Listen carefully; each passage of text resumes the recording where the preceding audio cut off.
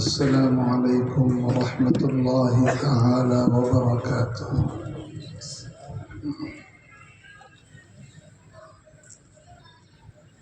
الحمد للہ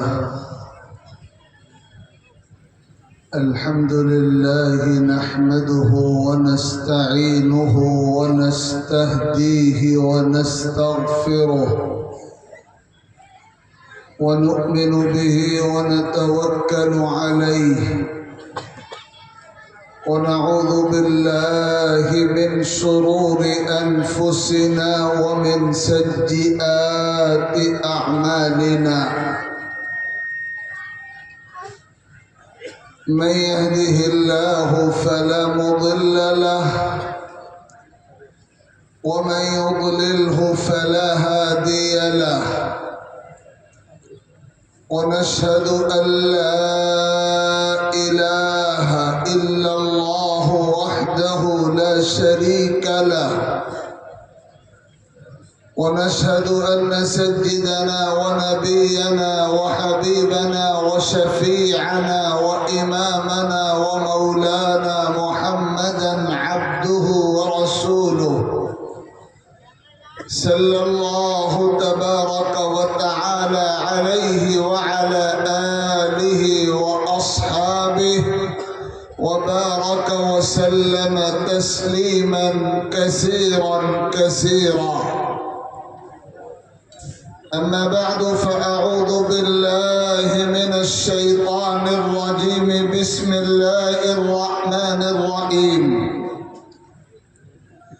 يا أيها الذين آمنوا بالله ورسوله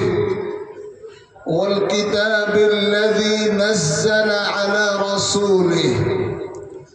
والكتاب الذي أنزل من قبل. صدق الله ربنا العلي العظيم. وقال سيدنا ومولانا محمد صلى الله عليه وسلم: إن السعيد لمن جنب الفتن. صدق رسول الله صلى الله عليه وسلم.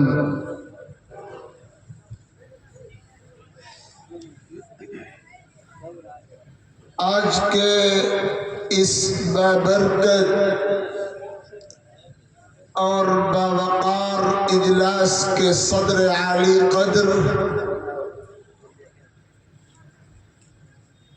اسٹیج پر تشریف فرما حضرات علماء کرام، قابل احترام بزرگوں، برادران اسلام، اور اس پاکیزہ اجلاس کو سننے کی سعادت حاصل کرنے والی خواتین،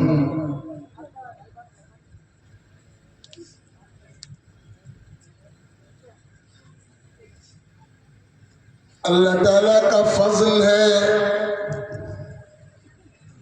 کہ اس نے اپنے دین متین کی خدمت کے اس عظیم مرکز کے زیر سایہ منعقد ہونے والے اس عظیم الشان اجلاس دستار بندی میں ہم کو اور آپ کو شریک ہونے کی توفیق عطا فرمائی ہے،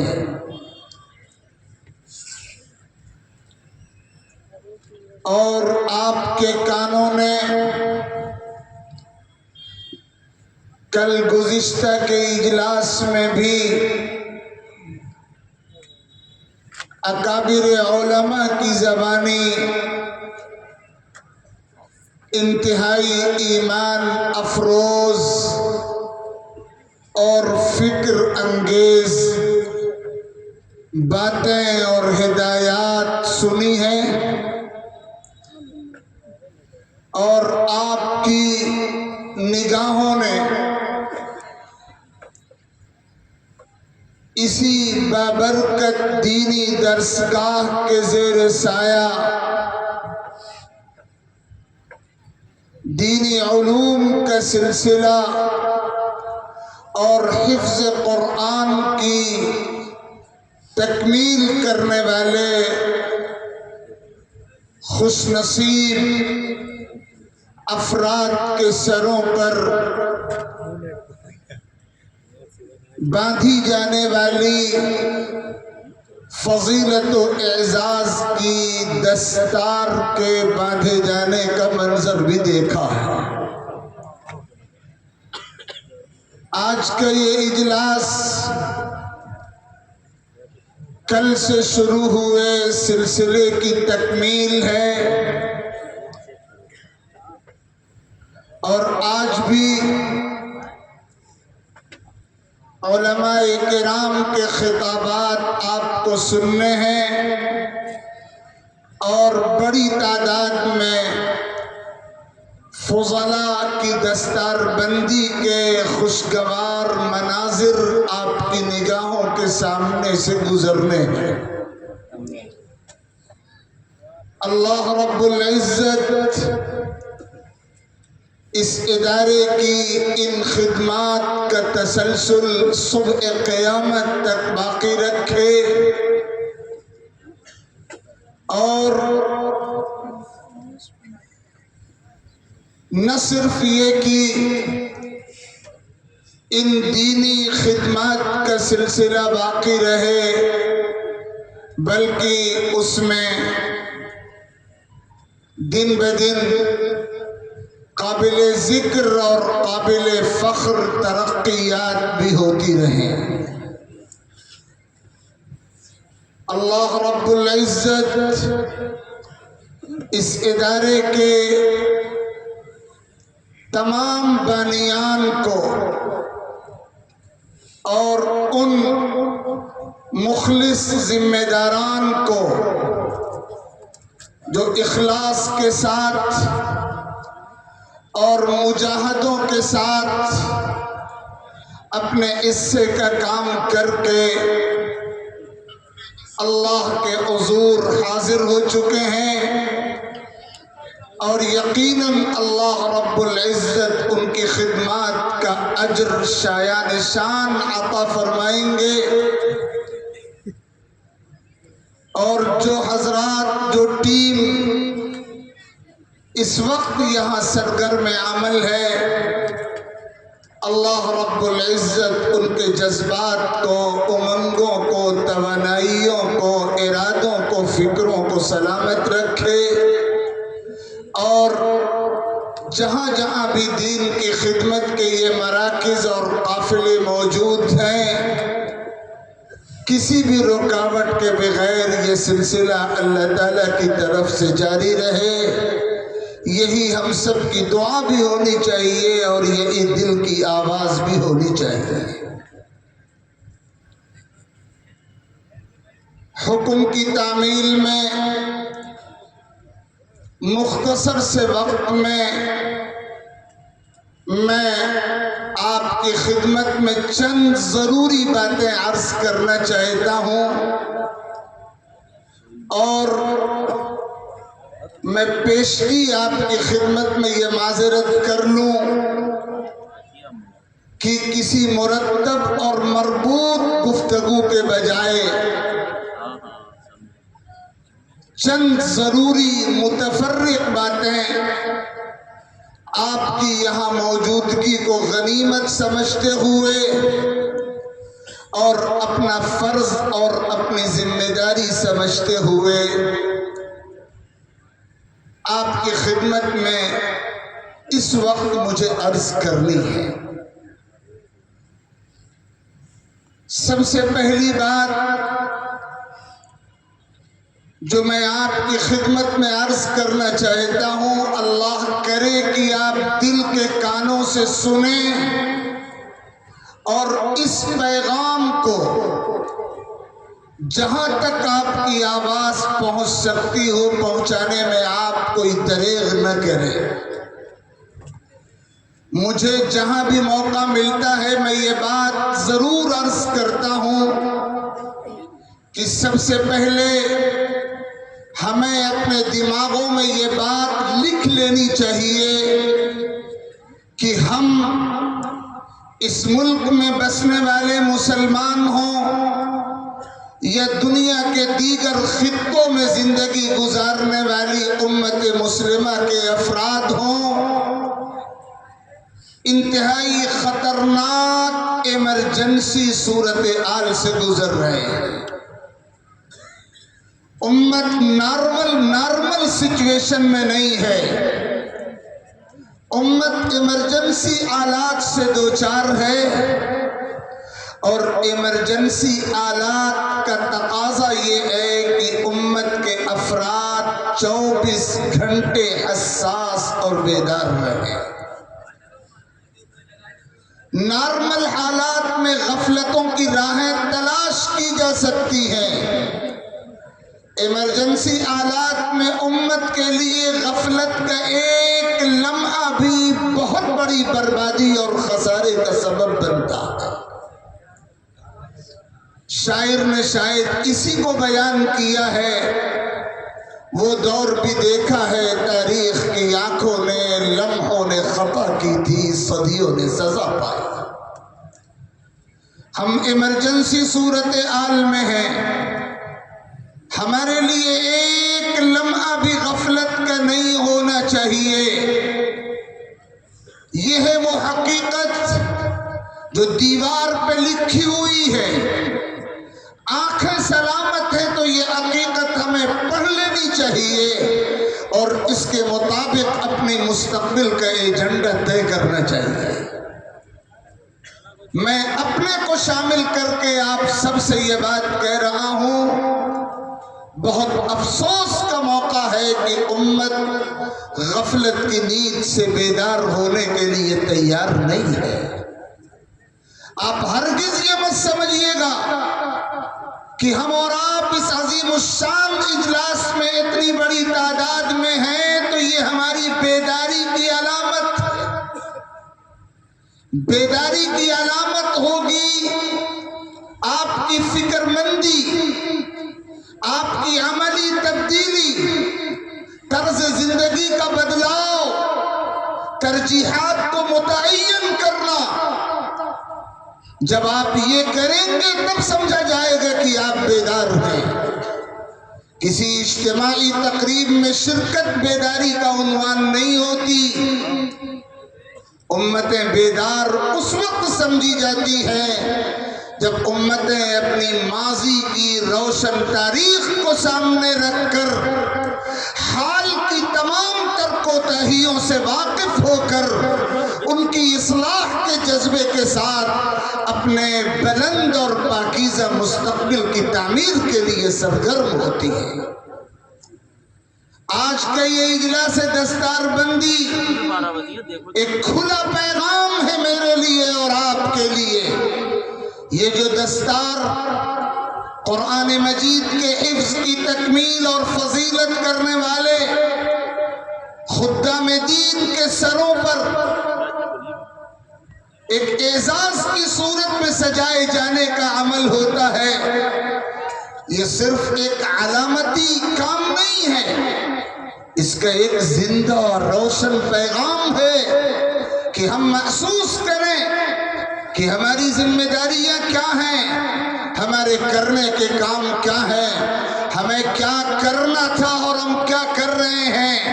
ہمیں کس سمت چلنا تھا اور ہم کس سمت چل رہے ہیں، ہماری ترجیحات کیا ہونی تھی اور ہماری ترجیحات کیا۔ یہ وہ بنیادی بات ہے جو ہم کو اور آپ کو سمجھنی ہے۔ دوسری بات جو میں آپ کی خدمت میں عرض کر رہا ہوں، اور اگر آپ کو یہ بات تلخ لگے تو بالکل معاف کر دیجئے گا، ذمہ داران مدرسہ کی طرف اشارہ کرتے ہوئے پہلے ہی معذرت کے ساتھ میں یہ بات کہتا ہوں، اگر ہم نے اپنی دینی ذمہ داریوں کو سمجھا ہوتا، اگر ہم نے اپنی ترجیحات وہ بنائی ہوتی جو ہونی چاہیے، تو آج اس اجلاس میں 150 پونے 200 مجھے تو متعین تعداد معلوم نہیں، اسی کے قریب تعداد ہوگی، اتنے فضل کی دستار بندی نہیں ہوتی۔ اتنا بڑا مجمع یہاں موجود ہے اور سال سال کی ریاضتوں کا نتیجہ اتنے افراد کی دستار بندی کی شکل میں ظاہر ہوا ہے۔ ہم نے اپنی ترجیح دین کو بنایا ہوتا، ہم نے اپنی ترجیح قرآن کو بنایا ہوتا، ہم نے قیمت سمجھی ہوتی ہے یا العلوم کی، ہم نے عظمت سمجھی ہوتی اس در و دیوار کی، ہم نے سمجھا ہوتا ان قربانی دینے والوں کی قربانیوں کا پیغام جنہوں نے عمریں لگا دی اور کھپا دیا اپنے آپ کو اس ادارے کی تعمیر و ترقی کے لیے، اور جتنی بھی دینی خدمت گاہیں موجود ہیں ان سب کی تعمیر و ترقی کے لیے اگر ہم نے سمجھا ہوتا تو ہمارا انداز دوسرا ہوتا، اور پورا علاقہ، پورا خطہ، ہر گھر کا ہر فرد قرآن مجید کی تعلیم سے اور دین کی تعلیم سے اس طرح آراستہ اور فیضیاب ہوتا کہ 2 دن میں ہی 10 دن بھی کم پڑ جاتے اس مرکز کے تحت دستار بندی کے عمل کی تکمیل کی خاطر۔ میں صرف یہ بات آپ کی خدمت میں کہنا چاہتا ہوں، ہمیں اپنی ترجیحات کا تعین کرنے میں دینی اور ایمانی روح کو سب سے پہلے پیش نظر رکھنا چاہیے۔ اگلی بات جو مجھے آپ کی خدمت میں عرض کرنی ہے، اور مجھے جہاں بھی موقع ملتا ہے میں یہ بات ضرور عرض کرتا ہوں، اس لیے کہ یہی وقت کی اولین ضرورت ہے اور حالات کی سب سے پہلی پکار و آواز ہے ہمارے سامنے، اور چیلنجوں سے گھری ہوئی پوری ملت کے سامنے آج کے ان حالات میں سب سے بڑا چیلنج ہماری نسلوں کے ایمان کا چیلنج ہے۔ ہم میں سے جنہوں نے 40 سال کی سرحد پار کر لی ہے خوش نصیب ہیں۔ فتنہ تو کبھی بھی حملہ آور ہو سکتا ہے، لیکن اللہ تعالیٰ کے فضل سے امید ہے کہ منزل تک پہنچنا مقدر ہو جائے گا۔ مسئلہ نونہال و نوجوان نسل کا ہے۔ چیلنجوں سے گھری ہوئی امت کے سامنے، میرے سامنے اور آپ کے سامنے سب سے بڑا مسئلہ یہ ہے کہ ہم اپنے گھر کے ایمان کو کیسے بچائیں گے۔ سلامت نہیں ہے ہمارا ایمان، ہر لمحہ خطرے میں ہے توحید کا وہ عقیدہ جو ہماری پہچان ہے۔ کوئی رشتہ داری نہیں ہے اللہ تعالیٰ کی ہم سے، ہم عقیدہ توحید پر قائم ہیں تو اللہ کے چہیتے بن سکتے ہیں، اور اگر توحید کا عقیدہ سلامت نہیں ہے تو ہم مکھی اور مچھر کے پر سے بھی زیادہ بے قیمت و بے وقت ہیں اللہ کی نگاہ میں۔ اب الاسلام لا بلی سواہ اذا افتخروا بقیس او تمیم۔ دنیا فخر کرتی ہے خاندانوں پر، وجاہتوں پر، اولاد پر، نسب پر، دولت پر، لیکن ایک مسلمان کے لیے اگر حقیقت میں فخر کی کوئی چیز ہے تو اس کا عقیدہ ہے، دین ہے، اسلام ہے، قرآن ہے، مراکز دین۔ اگر ایمان سلامت ہے تو آپ اللہ کے چہیتے ہیں، اگر عقیدہ سلامت نہیں ہے، اگر ایمان سلامت نہیں ہے تو پھر اللہ کی نگاہ میں ہماری اور آپ کی کوئی قیمت و وقت نہیں ہے۔ سب سے بڑا چیلنج ہے ایمان کی حفاظت کا، موقع بھی نہیں ہے اور ضرورت بھی نہیں ہے کہ میں آپ کو بتاؤں کہ کس طرح کے خطرات نے ایمان و یقین کے حوالے سے امت کو اپنے گھیرے میں لے رکھا۔ لیکن میں یہ بات بہت صاف لفظوں میں کہتا ہوں کہ کفر اور باطل کی طاقتیں اس طرح، اور آج کی زبان میں کہیے اتنے اینگلوں سے ہمارے درمیان گھسپیٹ کر کے اپنا کام کر رہی ہے کہ جب تک ایمان کی عظمت ہمارے دلوں میں پیوستہ نہیں ہوگی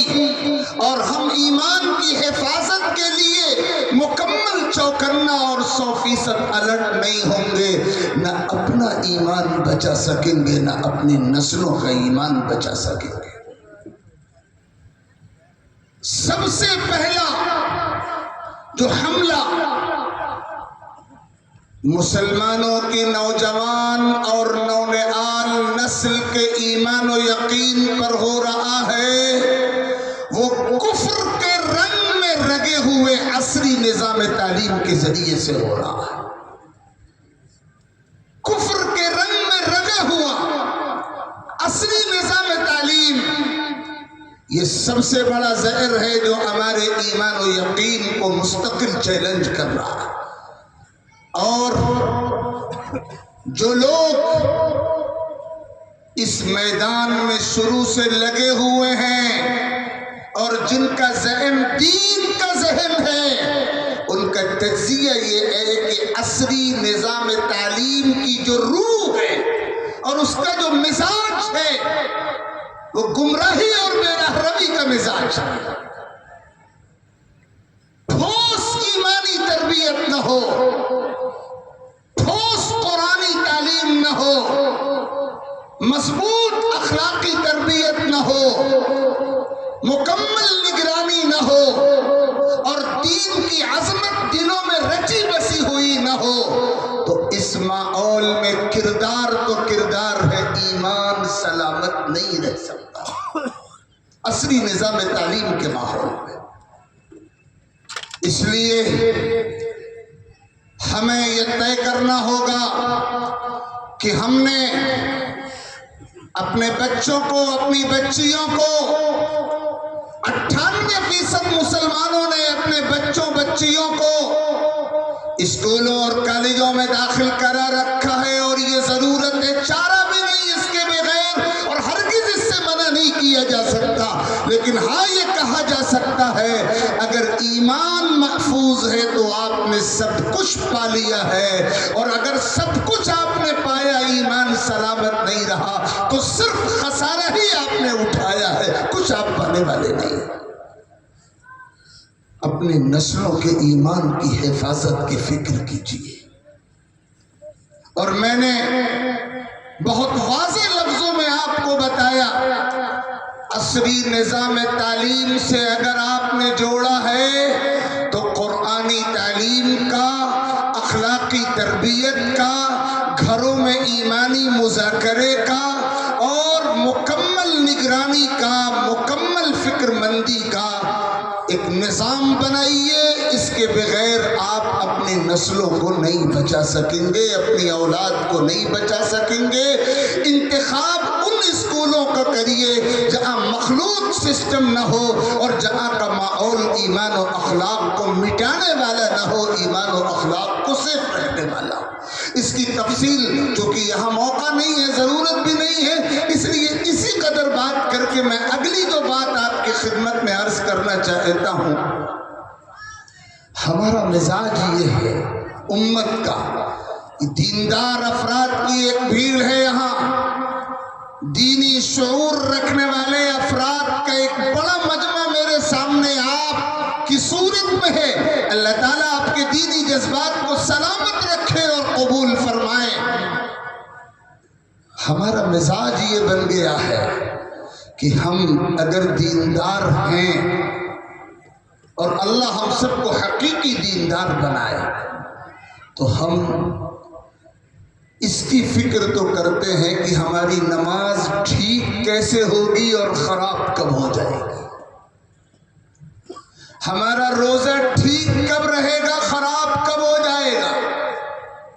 ہمارا وضو ٹھیک کب ہوگا، ٹوٹ کب جائے گا، ہمارا حج صحیح کب ہوگا، خراب کب ہو جائے گا۔ دیندار مسلمانوں کو نمازوں کی فکر ہے مبارک، روزوں کی فکر ہے مبارک، وضو کی فکر ہے مبارک، حج کی فکر ہے مبارک، لیکن کیا اس فکر کی ضرورت نہیں ہے کہ ایمان کب سلامت رہے گا اور ایمان کب ختم ہو جائے گا؟ اے نمازیوں، تمہیں یہ فکر تو کرنی چاہیے کہ نماز کن صورتوں میں صحیح ہوتی ہے اور کن صورتوں میں فاسد ہو جاتی ہے۔ اے روزے داروں، تمہیں اس کا دھیان رکھنا چاہیے کہ روزہ کن صورتوں میں صحیح ہوتا ہے، کن صورتوں میں فاسد ہو جاتا ہے۔ اے وضو کرنے والوں، تمہیں اس کا خیال رکھنا ہے کہ وضو کن صورتوں میں باقی رہتا ہے، کن صورتوں میں ٹوٹ جایا کرتا ہے۔ حج کے سفر پہ جانے والے خوش نصیبوں، تمہیں دھیان رکھنا ہے حج کن صورتوں میں فاسد ہوتا ہے، کن صورتوں میں صحیح ہوتا ہے، لیکن تمہیں یاد رکھنا ہے تم نمازی بعد میں ہو، مسلمان پہلے ہو، تم باوضو بعد میں ہو، مومن پہلے ہو، تم روزے دار بعد میں ہو، ایمان والے پہلے ہو، تم حج پہ جانے والے بعد میں ہو، محمد الرسول اللہ کا کلمہ پڑھنے والے پہلے ہو۔ ایمان کن صورتوں میں باقی رہے گا اور ایمان کن صورتوں میں ٹوٹ جائے گا، ختم ہو جائے گا، کبھی اس کی بھی فکر آپ نے کی؟ آپ کو نہیں معلوم کفر گھات میں لگا ہوا ہے، باطل آپ کے تعاقب میں ہے، سازشوں کے تانے بانے بنے جا چکے، عملی تجربے کیے جا چکے، اور عملی تجربہ کرنے والوں نے غیر متوقع کامیابیاں اپنے مشن میں حاصل کر لی ہیں۔ ان کے سینے چوڑے ہیں، ان کے حوصلے بلند ہیں، ان کی ہمتیں جوان ہیں، ان کے عزائم خطرناک ہیں، ان کے ولولے شیطانی ہیں۔ کیا اب بھی وقت نہیں آیا؟ أَلَمْ يَأْنِ لِلَّذِينَ آمَنُوا أَن تَخْشَعَ قُلُوبُهُمْ لِذِكْرِ اللَّهِ؟ اب بھی وقت نہیں آیا کہ آپ اپنے ایمان کی قیمت کو سمجھ کر اپنے ایمان کی حفاظت کی فکر کرنے والے بن جائیں؟ تم دور کھڑے دیکھا ہی کیے اور ڈوبنے والا ڈوب گیا، ساحل کو تو تم منزل سمجھے، تم لذت دریا بھی اٹھی۔ ہمیں احساس نہیں ہے سب سے قیمتی پونجی ایمان ہے، دوسری دولتیں اس کے بعد سیکنڈ اور تھرڈ درجے کی ہیں۔ دشمن تعاقب میں ہے تمہاری اصل پونجی چھیننے کے، اور تمہیں احساس بھی نہیں ہے۔ بسا اوقات ایسا ہوتا ہے کہ انسان غفلت کی نیند سو رہا ہوتا ہے، سب سے قیمتی دولت چھن جاتی ہے، ان تحبط اعمالکم وانتم لا تشعرون، دولت لٹ جاتی ہے، کیا کرایا برباد ہو جاتا ہے، تمہیں پتہ بھی نہیں۔ اس لیے میرے بھائیوں، احیاء العلوم کے اس جلسے میں احیاء ایمان اور تجدید ایمان اور تحفظ ایمان کے مشن کا عزم لے کر جانا ہے۔ آپ کو یہ عزم لے کر جانا ہے کہ اپنے ایمان کو سنبھالنا ہے۔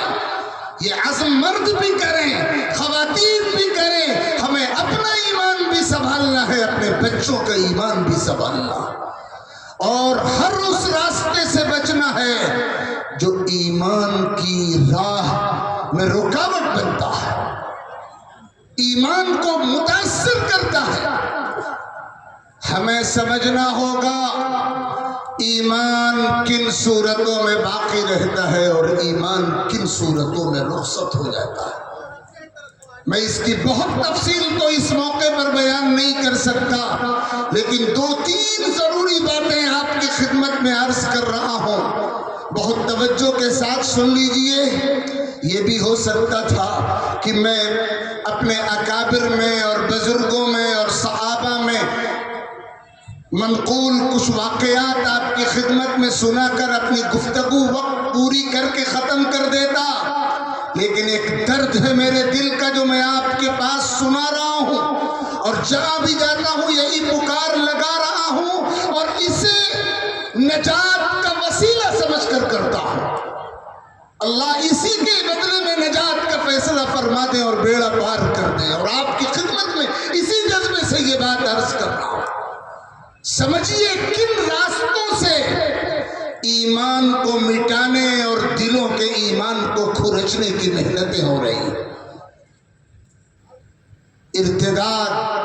الحاد، دہریت اور لادینیت اور بالکل کفر کی کھلم کھلا دعوت اور ایمان کے سائے سے نکال کر کفر کی گود میں بٹھا دینا، یہ سب تو بالکل کھلی حقیقتیں اور سچائیاں ہیں، آپ کے سامنے ہیں۔ ہمارے نہ جانے کتنے نوجوان اور نہ جانے کتنی بچیاں لقمہ بن گئی، نوالا بن گئی غیروں کا، ایمان بھی گیا، دین بھی گیا، اور عزت بھی گئی، آبرو بھی گئی، مال بھی گیا اور جان بھی گئی۔ خسرت الدنیا والآخرہ ذالک هو الخسران المبین، دنیا بھی برباد و آخرت بھی برباد۔ یہ ہوا، لیکن اور بھی بہت سے چور راستے ہیں۔ شیطان نے اور باطل نے بہت سے چور راستے ڈھونڈے ہیں ایمان پر نقب لگانے کے لیے۔ ان چور راستوں میں ایک راستہ ہے حضور اکرم صلی اللہ علیہ وسلم کے آخری نبی ہونے کے عقیدے سے امت کے افراد کو بھٹکانے کا مشن۔ پری پلان یہ مشن پوری دنیا میں چل رہا ہے، اور جن کی نظر حالات پر نہیں ہے وہ تو شاید یہ کہیں کہ مولانا پتہ نہیں کون سی دنیا کی بات کر رہے ہیں، لیکن جو حالات کو دیکھ رہے ہیں اور جن کی نگاہ ان فتنوں پر ہے جو فتنے برس رہے ہیں امت کے نوجوانوں پر، اور خصوصیت کے ساتھ تعلیم یافتہ اور دینی فکر رکھنے والے نوجوانوں پر، آپ کو احساس نہیں ہے ہمارے کتنے قیمتی نوجوان بھیٹ چڑھ گئے ہیں ان فتنوں کے، کتنے دیندار گھرانوں کے دیندار اور باشرف نوجوان ان فتنوں کا شکار بن گئے ہیں۔ ہمارا عقیدہ ہے حضور اکرم صلی اللہ علیہ وسلم اللہ کے نبی بھی ہیں، رسول بھی ہیں، سب سے افضل بھی ہے اور آخری بھی۔ اللہ کی زمین پر جتنے بھی انسان آئے ہیں یا آئیں گے، ان میں سب سے افضل انبیاء کرام کا وہ قافلہ ہے جس کی تعداد 1,24,000 ہے۔ 1,24,000 انبیاء کے قافلے میں سب سے زیادہ افضل وہ گروہ ہے جو 313 افراد پر مشتمل ہے، جسے رسولوں کی جماعت کہا جاتا ہے، اور 313 رسولوں کی جماعت میں وہ 5 خوش نصیب رسول سب سے افضل ہیں جن کو اولو العزم رسول کہا جاتا ہے۔ سیدنا حضرت نوح و ابراہیم و موسیٰ و عیسیٰ اور حضرت محمد علیہ الصلوات والتسلیمات، اور ان 5 اولو العزم رسولوں میں سب سے افضل اور آخری نبی اور پیغمبر، جن کے بعد قیامت کی صبح تک کوئی نبی، کوئی رسول، کوئی پیغمبر نہیں آ سکتا، کوئی صاحب وحی شخصیت نہیں آ سکتی، وہ سیدنا حضرت محمد مصطفیٰ صلی اللہ تعالی علیہ وسلم۔ اور اسلام کی تاریخ کے دور اول سے ہر دور میں یہ فتنہ کسی نہ کسی شکل میں موجود رہا کہ امت کو دین کے اس بنیادی عقیدہ ختم نبوت سے کاٹا جائے، ایک گروپ پیدا کیا جائے امت میں جو جھوٹے طور پر نبوت کا دعویٰ بھی کرے، جو جھوٹے نبیوں کا پیروکار بھی بنے، جو حضور کے آخری نبی ہونے کے عقیدے کو چیلنج بھی کرے۔ آج بھی مختلف شکلوں میں، مختلف ٹائٹلوں میں، مختلف لبادوں میں یہ فتنہ موجود ہے۔ ایک دور گزرا اور دور باقی بھی ہے کسی نہ کسی شکل میں قادیانیت کا، اور اب ایک دور شکیلیت کا شروع ہوا ہے، اور علماء اور ائمہ مساجد میں اور پروگراموں اور خطابات میں اس فتنے کی طرف امت کو متوجہ کرتے آئے ہیں۔ میں تو صرف یہ بات عرض کر رہا ہوں کہ ایمان کو ملیا میٹ کرنے کے جو چور راستے ایمان کے لٹیروں نے تلاش کیے ہیں، ان میں ایک راستہ یہ ہے، اور اس راستے سے ہماری نئی نسل کے بہت سے پڑھے لکھے قیمتی اور کریم بننے والے، امت کے مستقبل کا عظیم سرمایہ بننے والے نوجوانوں کے ایمان و یقین کو کڈنیپ و اغوا کیا جا رہا ہے۔ ہمیں فکر نہیں ہے ہمارا بچہ، ہمارا نوجوان، ہماری بیٹی جسمانی طور پر اغوا ہو جائے، ہم بے چین ہو جاتے ہیں۔ باپ کی نیند بھی اور ماں کی نیند بھی، بھائی کی نیند بھی اور بہن کی نیند بھی غائب ہو جاتی ہے، لیکن ایمان اغوا ہو رہا ہے، یقین کڈنیپ ہو رہا ہے، عقیدہ ملیا میٹ ہو رہا ہے، اور ہمارے کانوں پہ چوری۔ یہ ہے ہماری دینی بے حسی۔ یہ چور راستہ ہے، اللہ کے واسطے اپنے دل و دماغوں میں اس عقیدے کو بٹھائیے اور اپنی نسلوں کی تربیت اس بنیاد پر کیجیے تاکہ ان کے دماغوں میں ختم نبوت کا عقیدہ بیٹھ جائے، اور اس حوالے سے کوئی ان کے قدم کو ڈگمگا نہ سکے اور ان کے قدم میں لرزش پیدا نہ کر سکے۔ دوسری بات،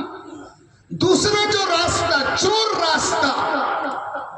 اختیار کیا گیا ہے اسلام دشمن لابی کی طرف سے،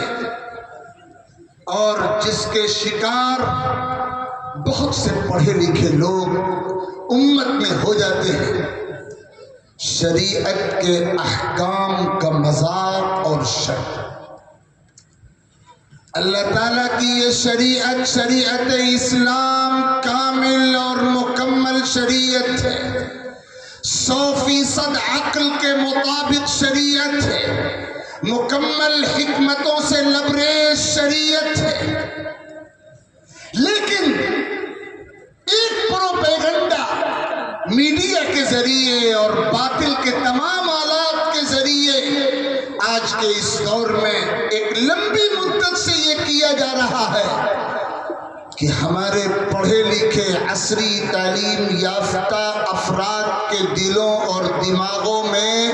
اسلام کے، شریعت کے مختلف قوانین اور مختلف قوانین کی مختلف دفعات اور شقوں کے حوالے سے شک اور شبہ پیدا کیا جا رہا ہے۔ یاد رکھیے کہ جس ایمان والے کے دل میں شریعت کے کسی حکم کے تعلق سے شک اور شبہ پیدا ہو گیا، یا اس کی زبان سے، اس کے طرز عمل سے، کسی بھی حصے سے شریعت کے کسی بھی حصے کا مذاق بنایا گیا، یہ وہ راستہ ہے جو ایمان سے دور کر کے کفر کی سرحدوں میں پہنچا دیتا۔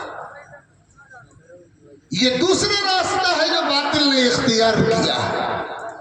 میں یہ بات آپ کی خدمت میں عرض کرنا چاہتا ہوں، اللہ کے واسطے اپنی ذمہ داریوں کو سمجھیے۔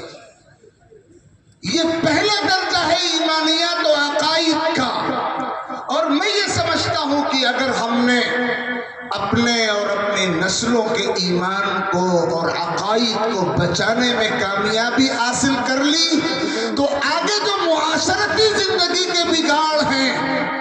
وہ بگاڑ الحمدللہ اللہ تعالیٰ کے فضل سے توفیق ملے گی، ہم اس کو دور کرنے کی کوشش کر سکتے ہیں۔ لیکن پہلی اور بنیادی چیز ایمان اور عقیدہ ہے۔ مدارس اسلامیہ ایمان کی حفاظت کے مراکز ہیں۔ مدارس قرآن و دین کی تعلیم ایمان کے ماحول میں دیتے ہیں۔ سب سے بنیادی کام مدارس کی چہار دیواریوں میں ایمان کی حفاظت کا ہوتا ہے۔ آپ کی نظر دوسری چیزوں پر رہتی ہے تو آپ یہ سمجھتے ہیں کہ مدرسے کی کارکردگی متاثر و ڈسٹرب ہے۔ آپ کی نظر بیس پر، جڑ پہ، بنیاد پہ، اصل پہ رہنی چاہیے کہ بنیاد کا کام، ایمان کی حفاظت کا کام مدارس سے ہو رہا ہے۔ اگر ہمارے مدارس میں ہمارے پڑھنے والے بچوں بچیوں کا گراف زیادہ ہوگا، امت کا ایمان زیادہ سیف ہوگا۔ ہماری بدقسمتی ہے ہم نے مدرسوں میں اپنی اولاد کو بھیجنا کم کیا۔ نتیجہ یہ ہے کہ ہماری اولاد دوسرے نظام سے وابستہ ہے اور باطل کو اپنا کھیل ان پر کھل کے کھیلنے کا موقع مل رہا ہے۔ دستار بندی کے اس اجلاس کا مقصد صرف جمع کر لینا اور جشن دکھا دینا اور کارکردگی دکھا دینا نہیں ہے۔ میں یہ سمجھتا ہوں اس طرح کے اجلاسات کا جو اصل میسج ہوتا ہے، پیغام ہوتا ہے، وہ یہ ہے کہ اپنی اولاد کے ایمان اور یقین کی حفاظت کو اپنی سب سے پہلی اور بنیادی ترجیح بنائیے۔ یہی ہمارے لیے ان حالات میں اصل کرنے کا کام ہے۔ اگر ہم یہ کام کریں گے تو وہ کریں گے جو اللہ تعالیٰ کو ہم سے مطلوب ہے، اور اگر ہم اس طرف توجہ نہیں کریں گے تو ہماری یہ بے توجہی بہت بڑے نقصان کا باعث ہوگی۔ اللہ نہ کرے کہ وہ دن آئے کہ ہماری بے توجہی کا خمیازہ ہمیں اس شکل میں بھگتنا پڑے کہ پھر ہم افسوس کا ہاتھ ملیں اور ہمارے پاس تلافی کا کوئی موقع باقی نہ رہے۔ یہ چند گزارشات مجھے اس وقت آپ کی خدمت میں پیش کرنی تھی۔ اللہ رب العزت آپ سب کے یہاں جمع ہونے کو قبول فرمائے، اس اجلاس کو بیعت قبول فرمائے۔ میں سمجھتا ہوں کہ مجھے جتنی دیر بات کرنی تھی میں نے اتنی دیر اپنی گفتگو مکمل کر لی۔ یہی اصل بنیادی بات میں آپ کی خدمت میں رکھنا چاہتا تھا۔ اللہ کہنے والے اس گنہگار کو بھی عمل کی توفیق عطا فرمائیں۔ آپ سب حاضرین و خواتین کو عمل کی دولت سے مالا مال فرمائیں۔ ہمارا جینا بھی اسلام پر ہو، ہمارا مرنا بھی اسلام پر ہو، ہمارا شمار بھی اللہ کے رجسٹر میں میدان محشر میں المؤمنون میں ہو، اور ہم اس دنیا سے ایمان پر رخصت ہوں اور ایمان کی حفاظت کے ساتھ رخصت ہوں۔ آمین وآخر دعوانا ان الحمد للہ رب العالمین۔